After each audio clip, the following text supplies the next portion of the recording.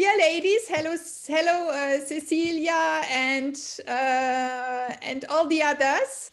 I'm really pleased to have you with us today, and I'm really proud to share two young women with you today, Iman Douali and Sayantani Mitra. So I'm really happy. There you will see that they're really fantastic, and they will show you something absolutely special, and it's called When Luxury Meets Moroccan Craftsmanship. So I'm really happy that we could handle that. And so what I suggest is that Sayantani Uiman, that you will start the presentation and enjoy. That's all what I could say to you. Thanks very much, Bettina. No pressure. Right.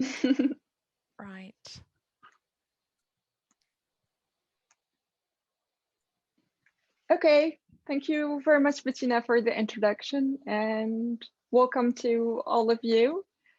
Today, I'll start with Charlotte Moss. Charlotte Moss, for those who don't know her among you, is a very known American interior designer. She said, "A room should feel collected, not decorated." Which means if you go to a shop, an expensive shop, and you grab some decoration items and you display them very beautifully in your interior, it won't represent you. It will not tell your story. An interior should reflect the person's personality and who they are and their story. My name is Iman Douali, and I'm here with Sayantani Mitra.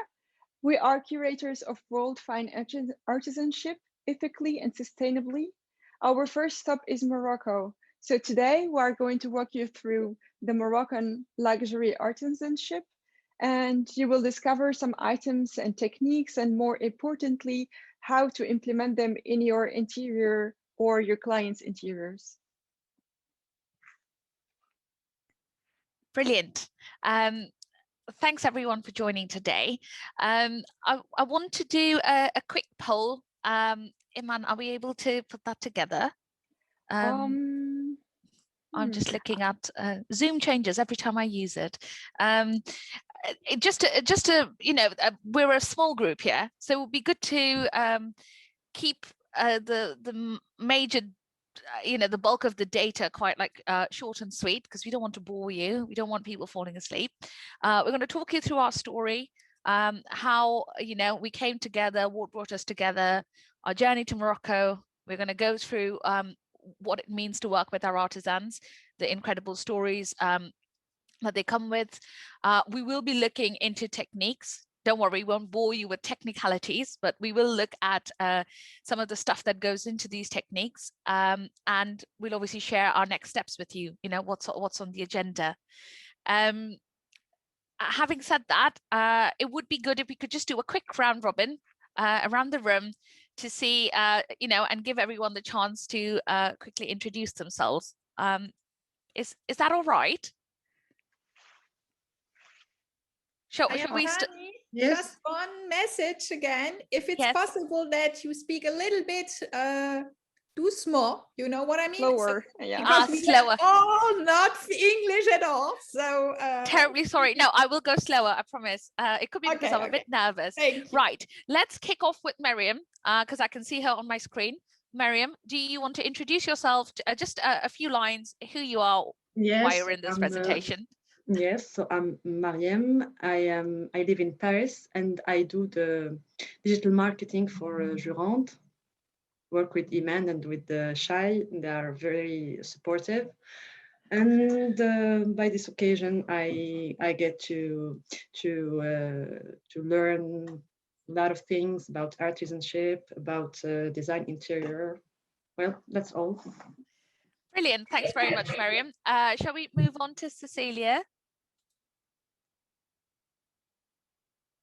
Yes. Hi guys. Sorry, it's my lunch break, so that's why I wasn't putting my video on. That's all right. So I am part of the Luxe Partenaire Association, and I'm working as a consultant specialized in brand strategy. So basically, we help our client identify how their brands may improve, how they may be more performant on diverse subjects, and we help them as well on the marketing and communication strategies. Brilliant. Wow. Well, welcome, Cecilia. Lovely to have Thank you. you. Who is next? Oh, I feel like a teacher all of a sudden. I think we've lost Nadia. Have we lost her? I can't see her on my list. Yeah, I think so. Yeah. Okay. Well, that's all right. Just a few things. This is very informal. It's like an informal chat, really. So feel free to ask questions throughout the process. The more interactive, the better.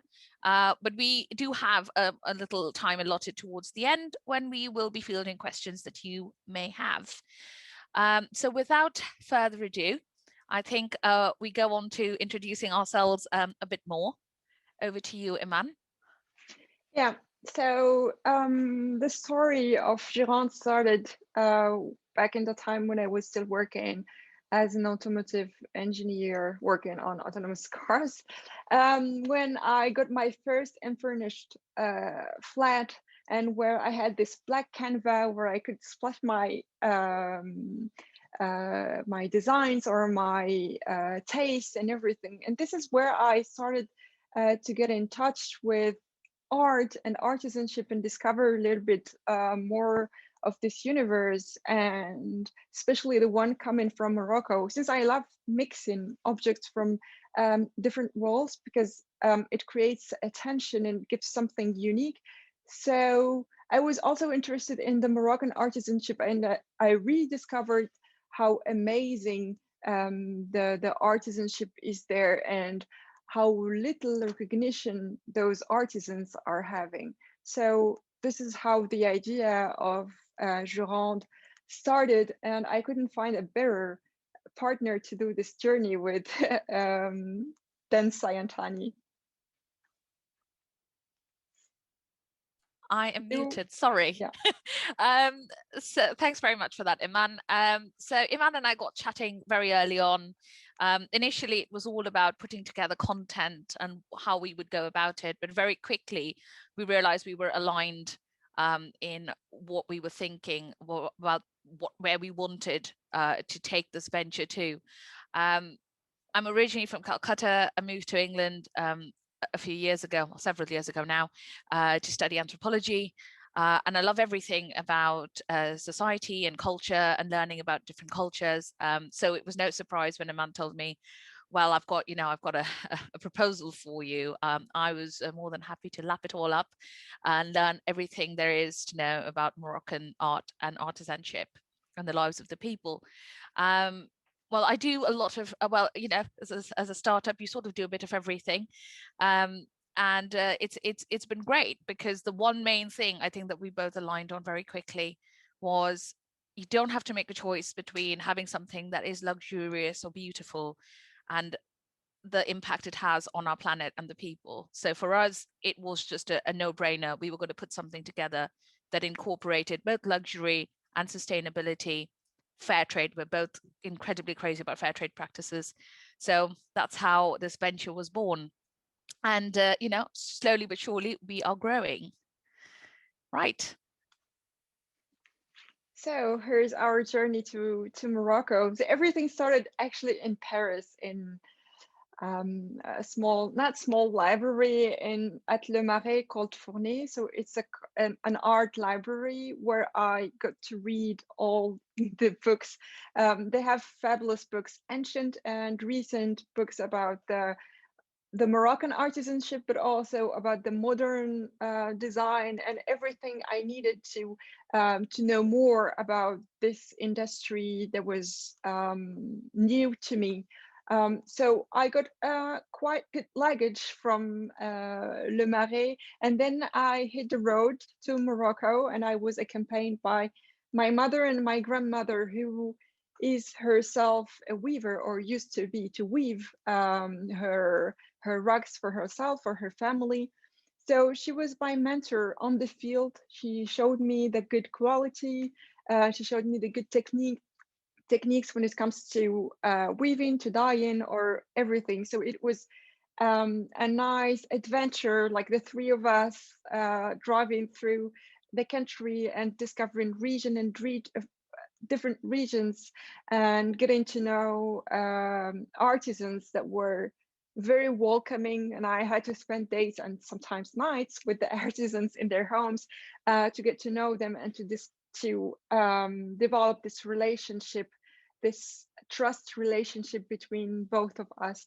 So this is how all started in the roads of Morocco. And it was also a new discovery for me, for my birth country. I discovered new things that I didn't know before.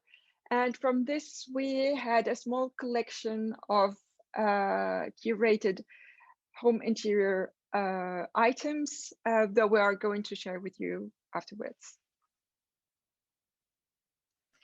Thanks very much, Man. I think, as I said earlier on, it was always going to be people and planet first for us, and obviously none of this would be possible without the fantastic artisans that we work with. They all have incredible stories, and so determined in doing what they do with so much passion, and we share their dedication and their passion to keep all these forms of craftsmanship alive, because they're on the brink of extinction, some of them.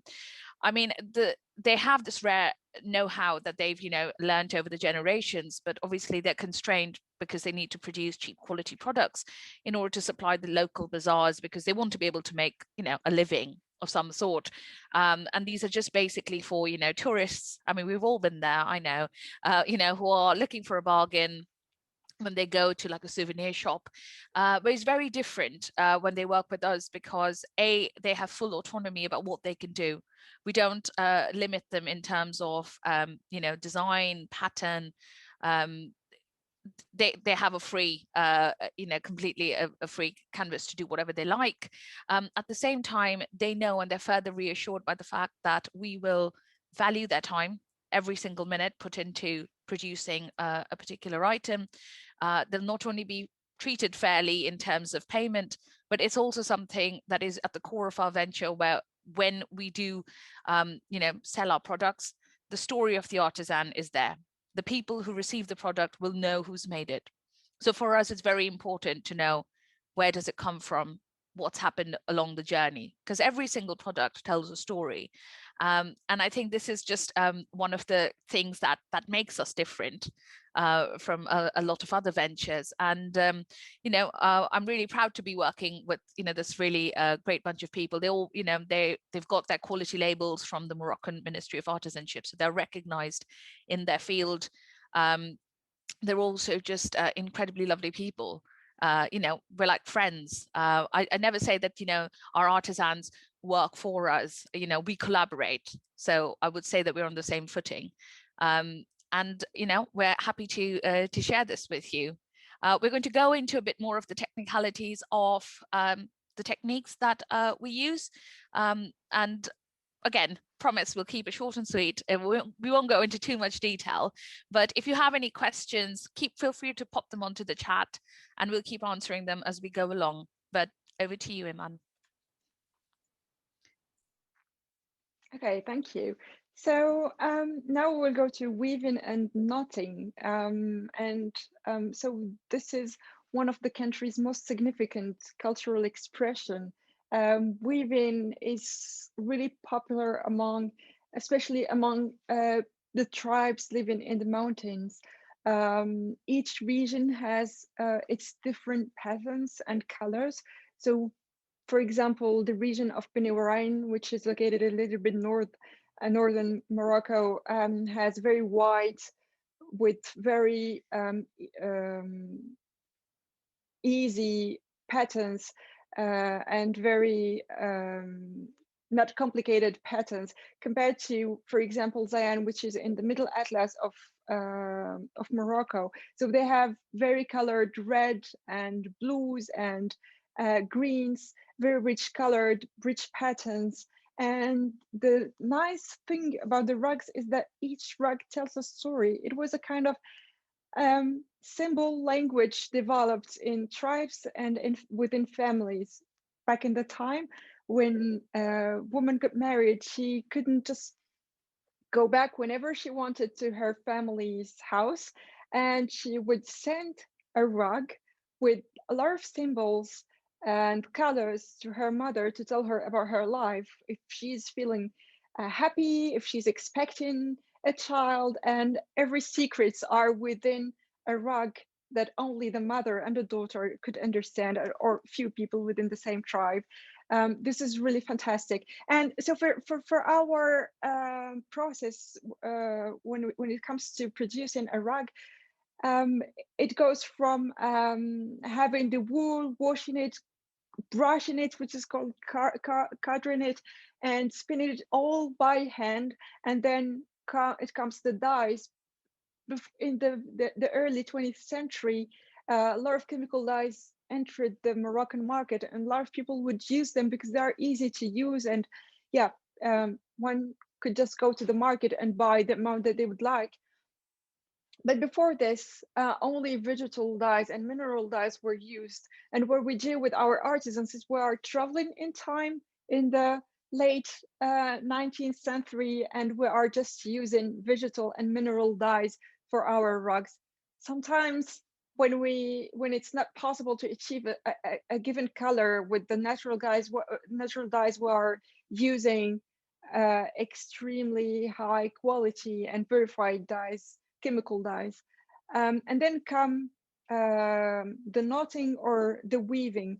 So there are two different techniques. The weaving is flat, and the knotting one is like consisting of doing knots, and we have extra wool on the surface of the rug. So it gives a fluffy and very nice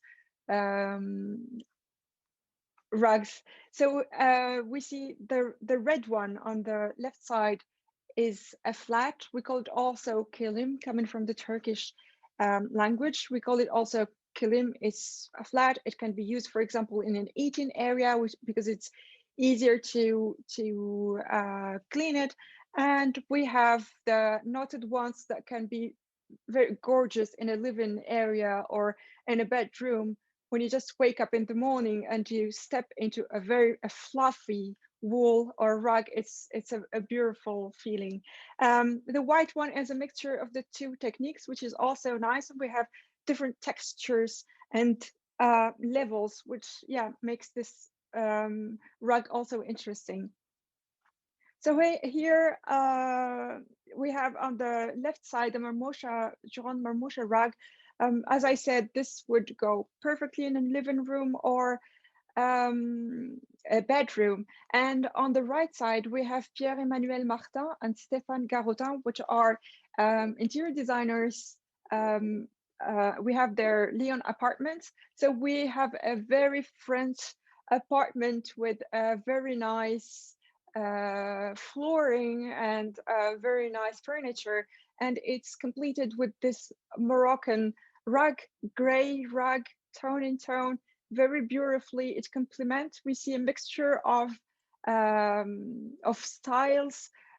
We see this French style. We cannot see the table very well, but it's a mid-century table, and so all this mixture with the Berber rug, it's a perfect balance. Again, here on the left side, we see a very minimalistic villa by Studio KO. So the Studio KO is Paris-based, but this villa is located next to Marrakesh, and we see the finishes. It's alternating the cool and the warm finishes with the flooring, and so we have the wooden walls that are a little bit of the warmth, and we see the Berber rugs that are rich in texture, colors, and patterns, just complement beautifully this interior and also add to the warmth with the wood wall. On the right side, we see Shai Michel's living room. She is an actress, amongst other things that she does. And she has a very beautiful, moody living room with the black walls and also the dark colored sofa going very well with the Moroccan rug, light color, the light flooring, like keeps the good balance. And also we see the textures from the velvet sofa and the chairs and the Moroccan ottoman that are made of leather. So we have this nice balance between all of them. Now we'll go to brass openwork. I'll leave you, Saint Hani, with it. Brilliant. Now, the thing with, I mean, I think this is one of the most popular things. Whenever you say Moroccan furnishings, I think everyone's thinking of those lovely, absolutely lush lamps with, you know, the elaborate brass openwork.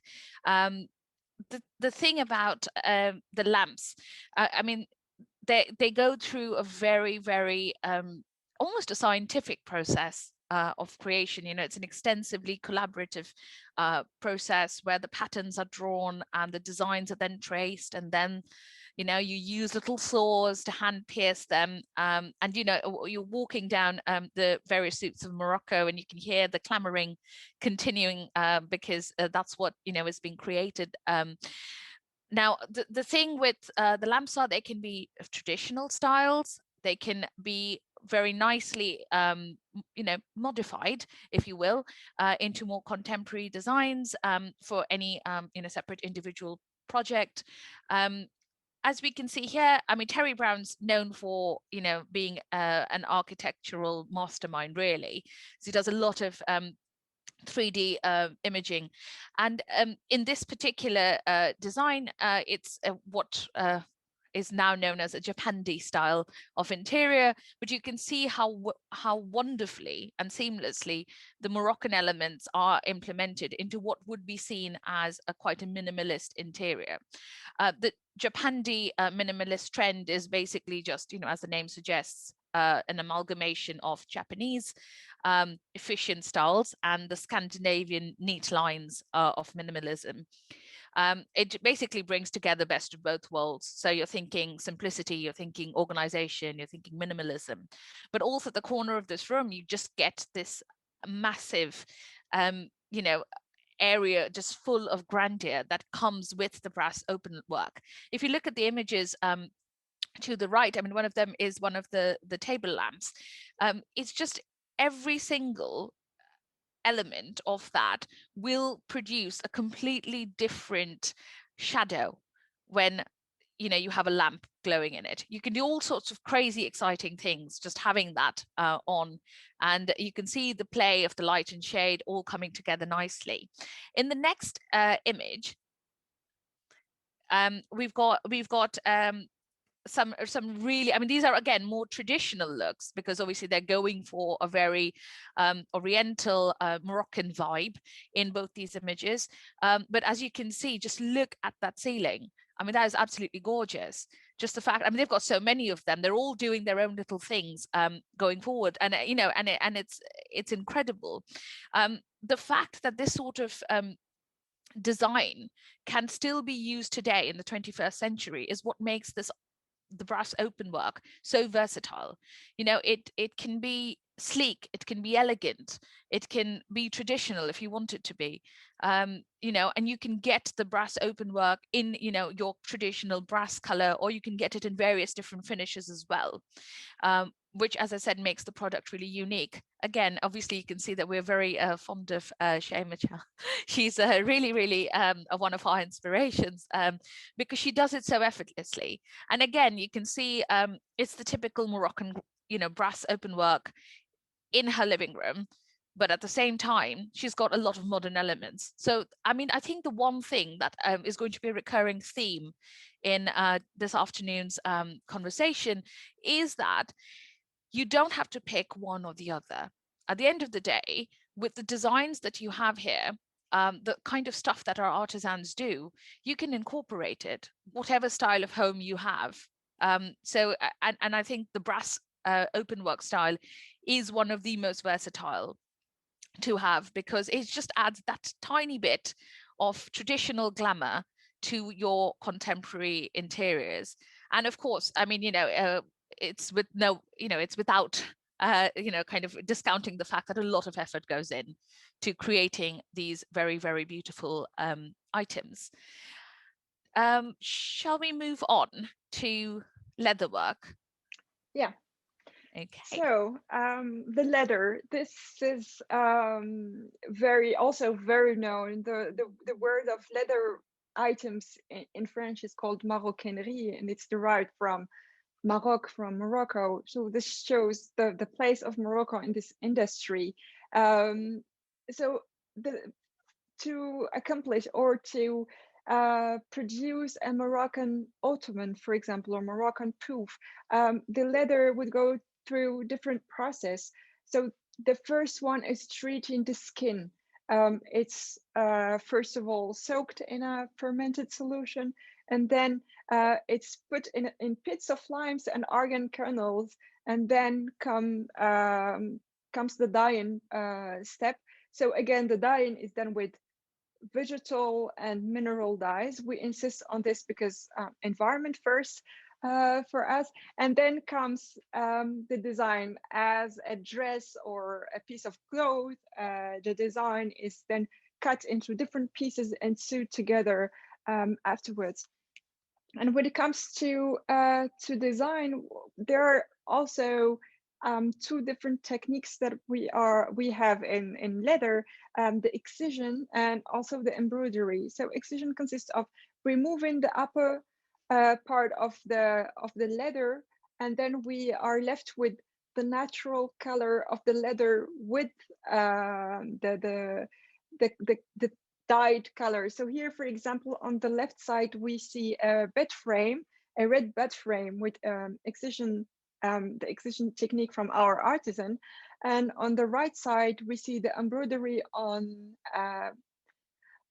leather. It's a door, and it's very, very difficult to get the embroidery right on a leather because it's a very thick material. So it's very hard to get through, not like a normal fabric where it needs a little bit of details, but this is extremely hard to achieve.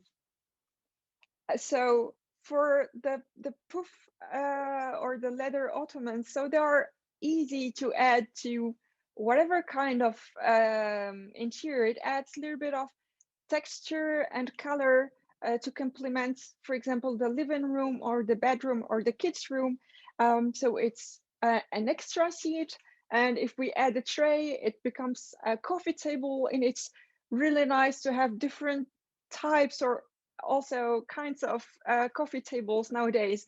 We put 3 together, 2 or 3 together with different heights, different shapes, and different textures, and we can just add the pouf to 2 other coffee tables, and it creates a very nice set that we can use as an extra seat afterwards. Or the best thing is it's used to rest your feet on, because if you have an L-shaped sofa or you don't have an L-shaped sofa, even if you have one, there is only one nice spot for only one person, and it's really nice to have the extra pouf to rest your feet on. So now we go to Damascening. This is kind of a secretive artisanship that we have. Yeah, Iman's all about the comfort, as you can see. Right, Damascening, where do I begin? I have to say, when we were looking into all the stuff in our initial research stages, this was the one form that really had me sold on all of it. I mean, I'm absolutely still absolutely in awe of it. Just to kind of emphasize, I mean, you can look through the graphic just to see what the various steps are, but it is the most time consuming and tedious process, where your silver threads are inlaid into grooves, and then they're carefully hammered, and and then you have to embed a pattern, a design, and a contrasting color. And I mean, it is just something that no one does anymore. And I can say that because there are only 4 people doing it in the world. We're very lucky to be able to work with the one of our artisans who still is continuing, but you know, he's pushing over 70, and it's hard. It's something that we are so passionate about trying to revive, and that's a lot of what our artisanship program is. It's sort of like an artisan empowerment program, you know, without that label. It's very much about trying to instill that the younger generations take an interest in it, because you can gain a livelihood out of it, which is one of the main things that we have done with our artisan who specializes in Damascening, because it's one of those things where it takes time, it's labor, and you can see, sorry, yeah, this is like the finished product, which is one of our wall plates, you know, incredibly popular product, and rightly so. It's just the detailing on it is absolutely incredible, and just to think that it's one person with a tiny little hammer chipping away to make those designs as prominent as they are, I think is something that you can never get to of any of our products, to be honest, because they're all handmade. So chances are you're not going to get identical stuff. But this sort of stuff, you can't even just find on Etsy or things like that. You know, it's something that we feel really passionate about, because as we said, it is a form of artisanship that unfortunately is on the brink of extinction. There are not too many takers for it. It's labor intensive, takes too much time. And, you know, if people are only creating objects to sell in the bazaars, it's not going to make them, forget profit, not going to make them a decent living, because, you know, people get conned in the bazaars a lot, especially our artisans. So this is where we sort of stepped in, and it was very much we love this, we want to preserve it, and we want to assure you that there is future in this, and that has been something that we have done from the get-go. We instantly fell in love with it. It's an obscure, disappearing art. There's a lot of historical analysis as to where it originated. Oh, sorry, we just got someone in the waiting room. There's a lot of conversation about where it originated. You know, was it parts of Spain? There's some documents that say it was, definitely Western Africa. So it's all sorts of stuff going on. But today, as I said, there are just 4 remaining artisans. And this is in Meknes, if I'm not mistaken. And as you can see, yes, it's an age-old traditional form of artisanship, but it blends so nicely into your interiors. It doesn't matter. You can be minimalist, you can be eclectic, you can be, I don't know, whatever different styles there are. But, you can still incorporate it into your interiors, and it just blends in so nicely. It's also just such a brilliant talking point to have. You walk in and you can't not look at it. It's also just something that carries with it so much history. And that is why we are championing the cause of Damascening at Jurande. And that brings us to our last segment, where we will share with you where we are on the journey and what our next steps are. Yes. So today, where we are in the journey. So as you could see, or as you could tell, we are originally coming from India and Morocco, and for the moment in France, UK, and Germany. So this international environment is just expanding with time. And for sure, our next step to discover more artisans, more artisanship, and more culture would be India, as Shantani is coming from India. So it would be, and also India is a very rich country when it comes to artisanship. So once COVID will let us go again freely, so we are taking the first plane and going to India to discover more artisans. And furthermore, we will integrate local designers to give a new interpretation of their local culture and artisanship. So this will give a new format, but from people that grew up in the area and knew, or they have the knowledge of the artisanship. but also would like to integrate international designers, so to have this exchange idea between the local designers artisanships and the international designers. So the local designers and artisanship would get an idea about what is trending in the international area, what are the new designs, the new techniques. And from the other side, the international designers would get an idea about those ancient, almost disappearing techniques or methods that would give them also new ideas, and would, we believe, it make an incredible collaboration between all of them. Furthermore, we would like to do collaborations with high-end decoration brands to realize or to do small edition series for their exclusive audience. So to have a very limited series of handmade products, or handmade, or to add some Moroccan, Indian, or somewhere else touch to their existing series. And last but not least, slow living lifestyle. So we would like to make the slow living lifestyle as a mainstream, that people would think twice or three times before consuming or purchasing something, because we only have one planet, and we have to care about it, and also care about the human beings in different parts of the world that are working hard and deserve to have a decent life from their work.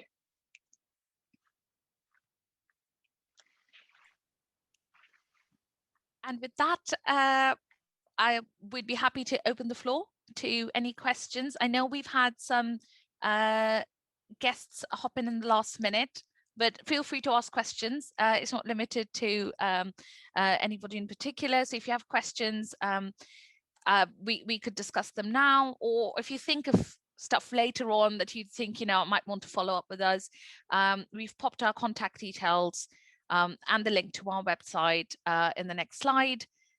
So, feel free to get in touch with us. And we hope you've enjoyed our little seminar today. I would like to also get to know the people that just joined lately. So we discussed with Cecilia, and we have Selena and Lara. Are you able to? Selena, would you like to quickly introduce yourself to us, please?